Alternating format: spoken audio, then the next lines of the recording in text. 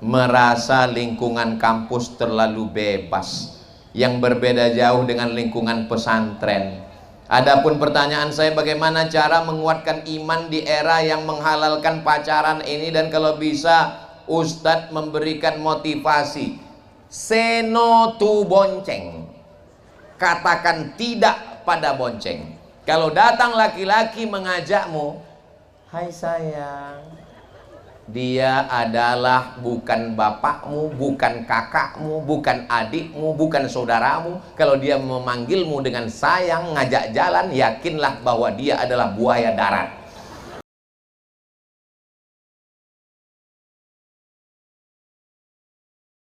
Ustaz, jika seorang istri selalu suka beribadah, alhamdulillah, tapi suami lebih mementingkan pekerjaan, innalillah, apa yang harus kita lakukan? Bekerja juga ibadah. Suami pergi pagi, pulang petang, peras keringat, banting tulang, tunggang langgang, lintang pukang, kepala jadi kaki, kaki jadi kepala. Mencari nafkah, rezeki yang halal juga adalah ibadah, tapi jangan sampai tinggal sholat. Jangan sampai dia pergi dagang, tanam sawit, ngurus kebun, cari ikan, pas ditanya, kamu sudah sholat? Yang saya sudah ibadah. Tetap sholat. Berangkat dari rumah, ibu siapkan kain sarung, siapkan mukena pula, siapkan baju koko, lepas dia dengan nama Allah. Sayang, jangan lupa sholat ya, jangan sampai kamu dilarikan pelakor sundel bolong.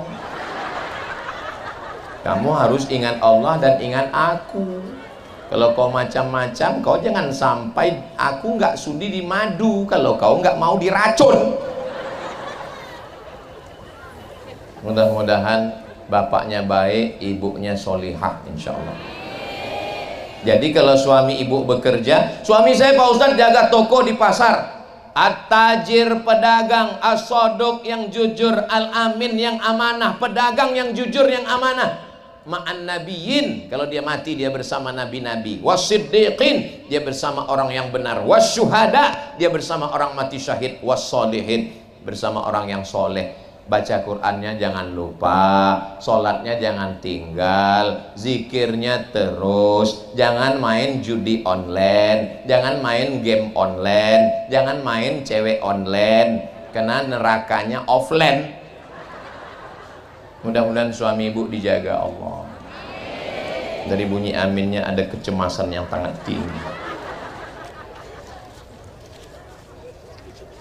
Ini kertasnya banyak ini. Kayaknya menjelang azan subuh baru selesai.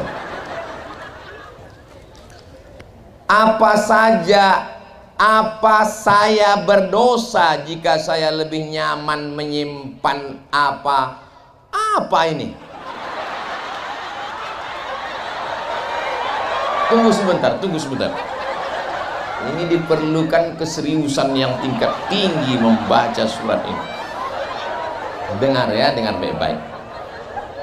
Apa saya berdosa jika saya lebih nyaman menyimpan apa yang membuat saya marah dengan sikap suami, karena suami yang tidak terbuka dengan keuangan? Saya ini bertanya apa curhat ini? Saya sebagai istri lebih memilih diam jika saya membutuhkan uang untuk sehari-hari. Oh, jangan diam, speak up, ngomong. Ibu jangan diam, Bu, jangan diam kalau terjadi apa-apa. Kalau ibu diam, ibu simpan, dia menggumpal, tidak menjadi kristal, dia menggumpal menjadi diabetes meletus, asam urat, asam lambung. Akhirnya ibu mati, dia kawin lagi. Makanya ibu mesti ngomong. Ibu siap ngomong?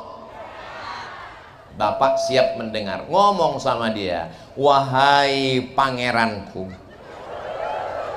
banyak dulu yang mau naksir nikah sama aku, tapi kesalahanku adalah jatuh cinta padamu. Tolonglah kau terbuka seperti kau terbuka kepada aku dulu. Ibu, saya nggak sanggup ngomong Pak Ustadz, saya nggak berani. Loh, ibu kalau nggak berani ngomong, ibu punya 6 wali, tapi katanya 9 itu wali songo. Wali ibu ada 6. Yang pertama ayah, yang kedua kakek, yang ketiga kakak laki-laki, yang keempat adik laki-laki, yang kelima kakak ayah, yang keenam adik ayah laki-laki. Tapi saya nggak punya saudara Pak Ustadz. Saya dulu dibuang di kardus, makanya nama saya binti kardus. Kalau kamu nggak punya saudara, wali kamu adalah wali hakim. Wali kamu adalah hakim di pengadilan. Ingat waktu kemarin habis akad nikah, waktu baca sihot taklik. Ini banyak yang nggak ingat sihot taklik. Suami kalian laki-laki waktu habis akad nikah itu disuruh baca sihot taklik. Tapi banyak istri yang nggak ingat karena istrinya sibuk foto.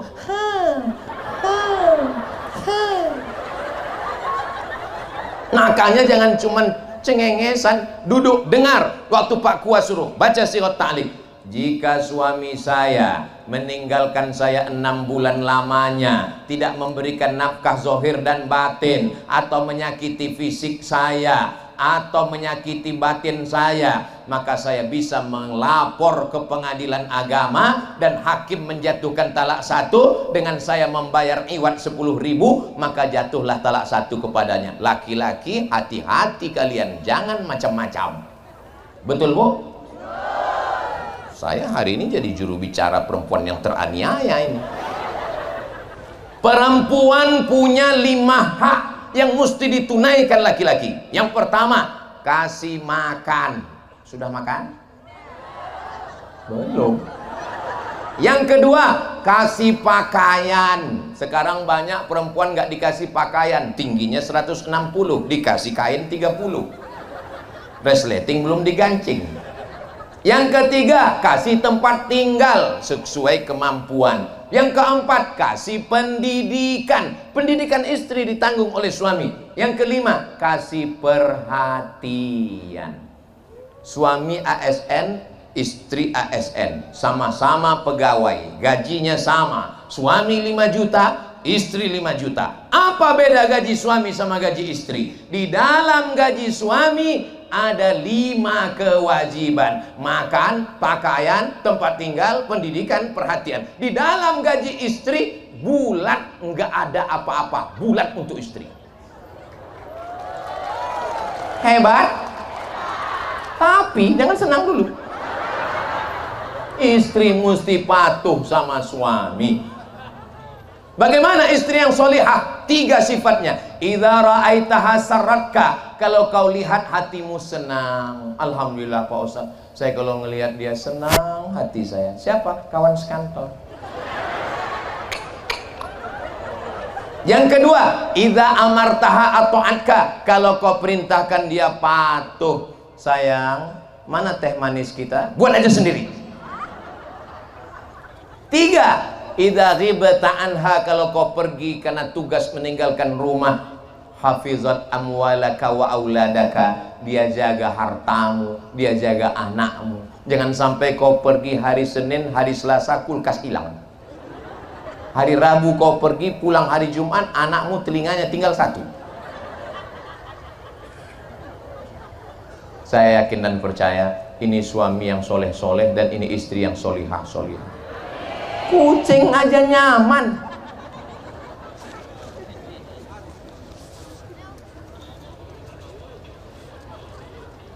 Saya mahasiswi, ketahuan dari tulisannya. Alhamdulillah lulusan pesantren. Di zaman sekarang banyak perempuan muslimah yang ingin tampil baik di hadapan manusia. Nggak ada titiknya ini, tapi lupa menjaga pandangan Allah. Pertanyaan saya, bagaimana cara agar hati tetap istiqomah dan merasa cukup dengan ridhonya? Tolong berikan motivasinya Pak Ustadz.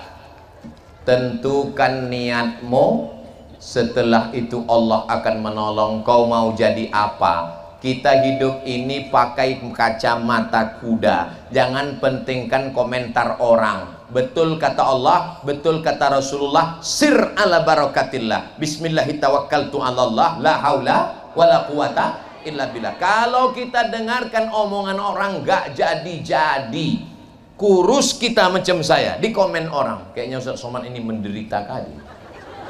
Gemuk kita, di komen orang, kayaknya Ustaz Somad ini banyak kali penyakitnya. Yang penting kita sehat, bisa beribadah.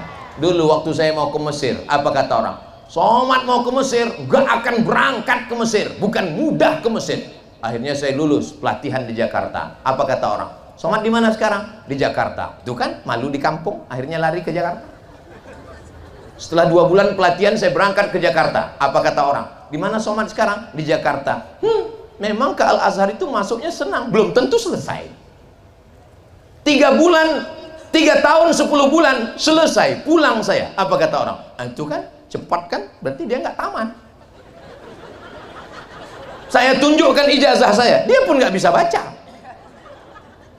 Somad gimana sekarang? Dia sekarang sudah doktor. Memang dia udah doktor, tapi kayaknya bau-bau Wahabi dia. Ridhon nas syai'un la yudrak. Keinginan manusia sesuatu yang tidak pernah kita bisa penuhi. Maka yang penting benar kata Allah, benar kata Rasulullah, benar kata ulama, benar kata adat istiadat yang baik. Insya Allah kita juga baik di hadapan Allah. Anjing menggonggong, kafilah hidup ini sebetulnya nggak berat. Yang berat itu komen netizen. Betul bu? Wah banyak yang kena komen ini. Saya merasa lingkungan kampus terlalu bebas, yang berbeda jauh dengan lingkungan pesantren. Adapun pertanyaan saya, bagaimana cara menguatkan iman di era yang menghalalkan pacaran ini, dan kalau bisa Ustadz memberikan motivasi. Say no to bonceng. Katakan tidak pada bonceng. Kalau datang laki-laki mengajakmu, hai sayang, dia adalah bukan bapakmu, bukan kakakmu, bukan adikmu, bukan saudaramu. Kalau dia memanggilmu dengan sayang, ngajak jalan, yakinlah bahwa dia adalah buaya darat. Selesaikan kuliahmu. Ustaz Somad ngomong begitu. Ustaz dulu kan pernah muda, Ustaz dulu kan kuliah juga. Saya kuliah di Mesir dari 98 sampai 2002, 4 tahun di Mesir, nggak pernah pacaran. Kenapa? Nggak dapat.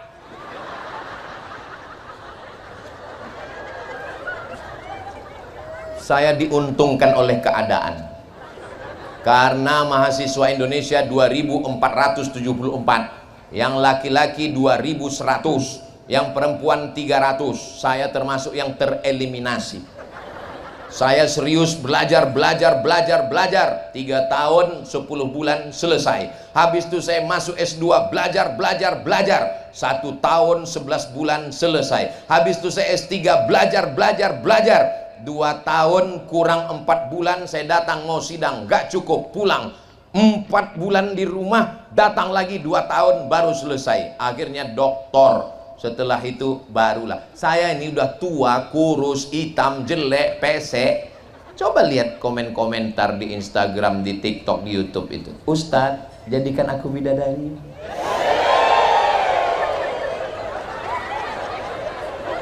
Apa maksud saya? Maksud saya kalian gak usah pikir pacaran. Yang penting kalian belajar aja, serius aja. Maka insya Allah kalau jodoh takkan kemana. Tapi ingat, saingan di mana-mana. Kita doakan adik-adik kita dapat jodoh yang baik-baik. Yang perempuan jangan mau pacaran. Tadi waktu saya buka botol minuman, itu ada di atasnya plastik, disobek dulu. Apa yang tertulis di situ? Do not accept if cell is broken. Do not accept if cell is broken. Jangan terima botol kalau segelnya rusak. Paham?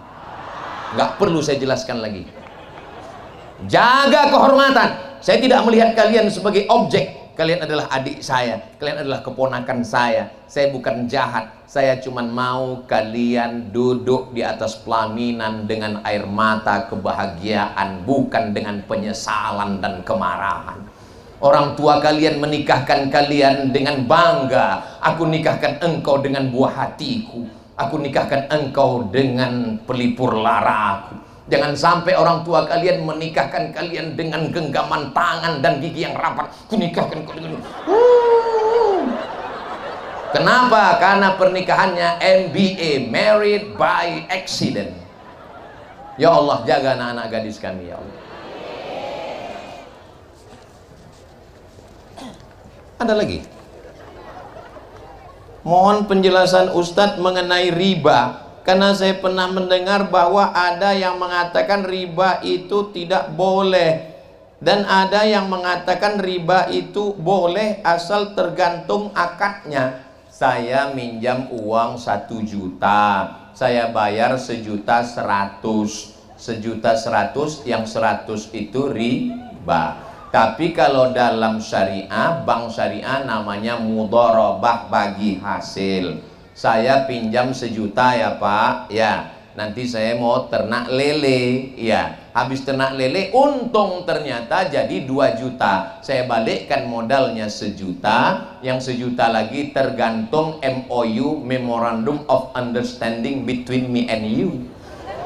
Dulu perjanjiannya 50-50 apa 70-30. Dulu perjanjiannya pemodal 70, yang pelaku 30. Berarti saya dapat 700, maka yang minjam dapat 300. Itu namanya bagi hasil. Makanya beralih ke bank syariah supaya kita tidak kena riba. Mudah-mudahan kita selamat dari riba semuanya. Orang yang berkecimpung dengan riba azabnya 5. 1, makanannya masuk ke badan berubah jadi darah, darahnya haram, masuk ke jantung, dari jantung naik ke otak, otaknya kotor. Bapak ibu semua hafal ayatnya, nasiyatin kazibatin khotiatin. Nasiyatin ubun-ubun, kazibatin pembohong, khotiatin penjahat. Yang jahat tangannya, yang jahat kakinya, yang jahat matanya, yang jahat lidahnya, yang jahat kemaluannya. Tapi diperintahkan oleh otak. Nggak ada otak, makan otak-otak. Yang kedua, nasinya riba, dimakan jadi daging. Ayyuma lahmin, setiap daging di badan nabata min haramin, tumbuh dari yang haram, fannaru aulabih, tempatnya api neraka. Daging tumbuh dari yang haram, tempatnya api neraka. Yang ketiga, orang yang makan riba berdoa, doanya tidak dikabulkan. Kenapa doanya tak dikabulkan? Mata'amuhu haram, makanannya haram. Masrabuhu haram, minumannya haram. Malbasuhu haram, pakaiannya haram. Wa ghudhiya bil haram, dikasih makan minum haram. Yang keempat, anak-anak yang dikasih makan riba, istri solihah yang dikasih makan riba, kena juga. Yang kelima, fa'dhanu bi'arbim minallah, orang yang berkecimpung dengan riba berarti ngajak perang dengan Allah. Mudah-mudahan Allah menyelamatkan kita dari riba. Ustaz Somad ngomong riba, tuh kami tonton Ustaz ceramah di bank konvensional. Memang saya sering ceramah di bank konvensional, tapi biasanya kalau saya sudah ceramah di bank konvensional, wal awwalu wal akhiru, sejak itu nggak diundang lagi. Setiap saya ceramah di bank konvensional saya jelaskan riba haram-haram, habis itu nggak usah diundang lagi. Terus selama Ustaz ceramah di bank konvensional itu kan dikasih minuman, nggak saya minum karena airnya riba. Kan Ustaz dikasih kue kotak, enggak saya makan karena riba. Ustaz dikasih nasi, enggak saya makan karena nasinya riba. Ustaz dikasih duit, saya ambil, tapi saya serahkan ke lembaga masolih ammah. Karena duit riba nggak boleh dibuang, nggak boleh dibakar, diserahkan ke kepentingan umum. Kepentingan umum itu contohnya apa? Buat WC, buat toilet, sumur bor, itu boleh. Makanya siapa yang punya dapat banyak duit riba, serahkan ke pondok pesantren, bangun kelas, bangun WC, bangun toilet, bangun jalan, kasihkan. Tapi kalau bapak ibu bawa duit riba, bawa aja, kasih langsung, nggak perlu ngomong. Nggak perlu ngomong, mohon maaf Bib, ini ada beberapa duit haram ini yang mau saya serah. Nggak usah, kasih aja langsung. Mohon maaf Pak Ustadz, ini ada beberapa duit ini agak haram, ini haram sekali, ini abu-abu. Nggak usah, kasih aja semua. Itulah pertanyaan yang sudah terjawab. Jangan kemana-mana, kita ikuti lelang. Habis lelang kita doa bersama. Mudah-mudahan Allah memperkenankan semua niat baik kita insya Allah. Terima kasih. Wassalamualaikum warahmatullahi wabarakatuh.